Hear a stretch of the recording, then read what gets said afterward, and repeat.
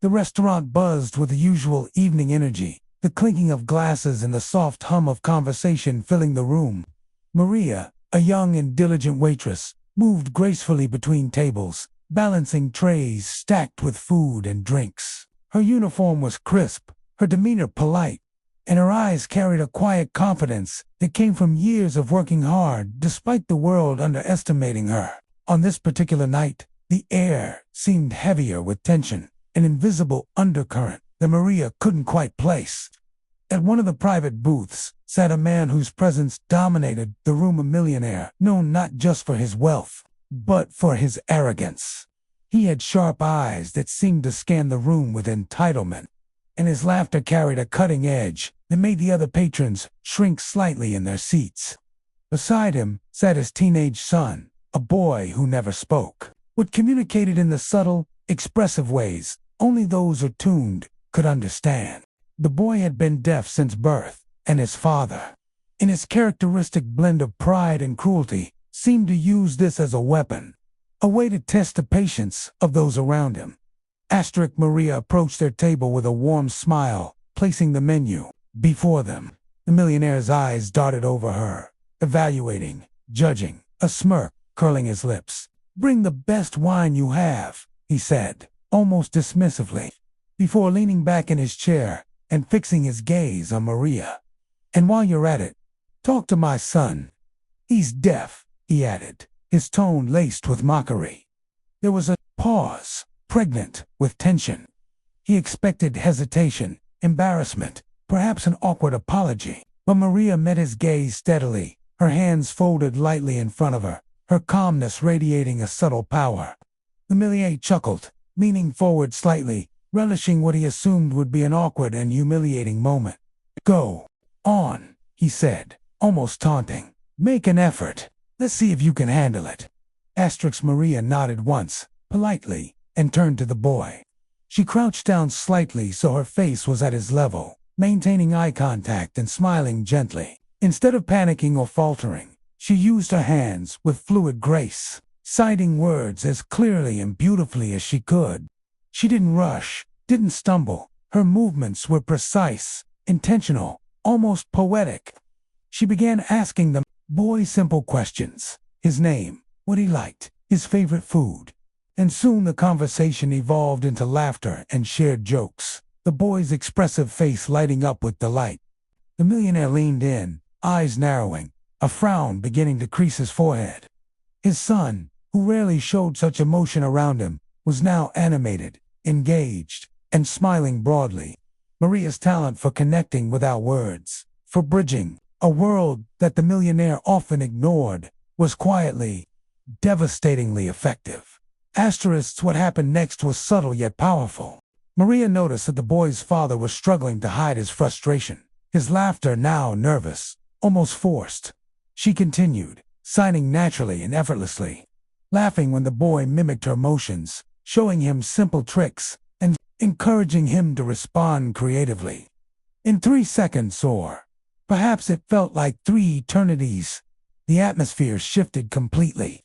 The boy's laughter was genuine, infectious, echoing around the booth, while the millionaire's arrogance melted into disbelief. He opened his mouth to speak, to mock, but no words came out. The world he thought he controlled had, for the first time, slipped from his grasp. The power of human connection, simple, honest, and respectful, had stunned him into silence. Maria rose gracefully, offering a polite nod before stepping back to attend other tables, leaving behind a father confronting not just his son's happiness, but his own inability to see beyond wealth and privilege.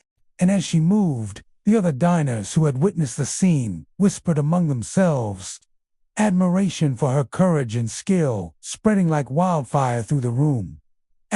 By the end of the night, Maria's story would be retold countless times, just as a tale of service, but as a reminder that empathy, skill, and presence can transform even the most arrogant spaces. And somewhere in that luxury booth, the millionaire sat, humbled, learning in a single moment what no amount of money could teach.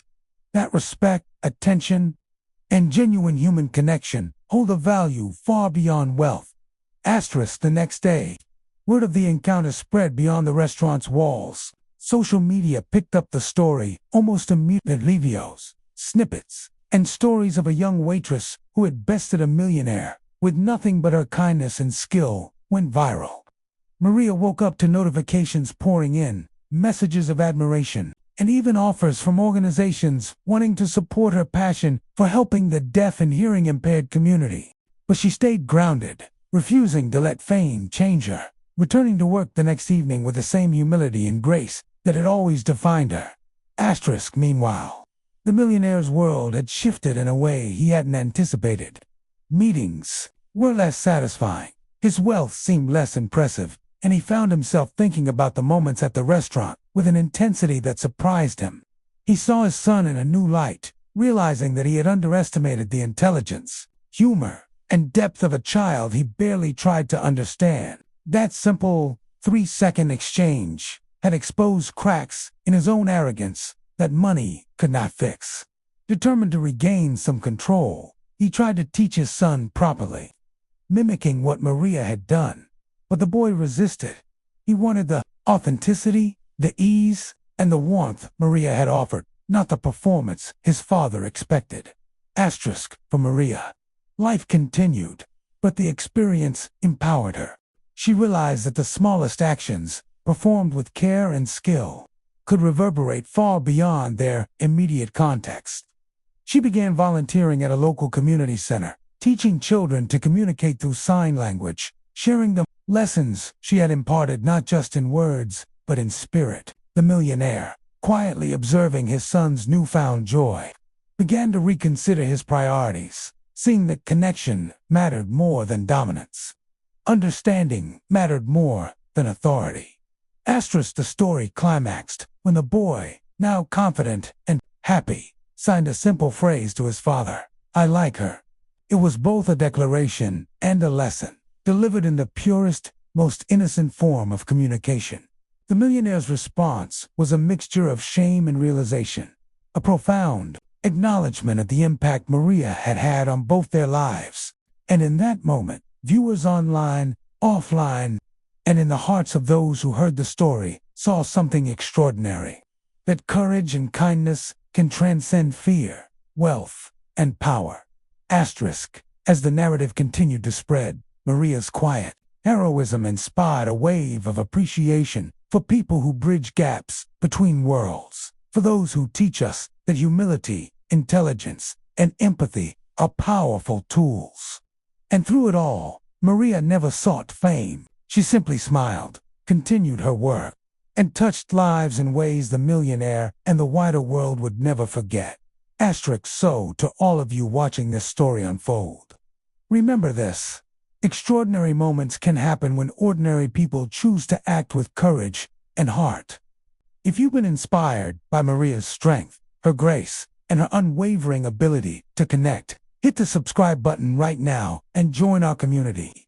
We share stories that uplift, empower, and remind you that even small acts can create life-changing impact. Don't miss out. Subscribe today and be part of a world that celebrates the extraordinary in everyday people. Asterisk.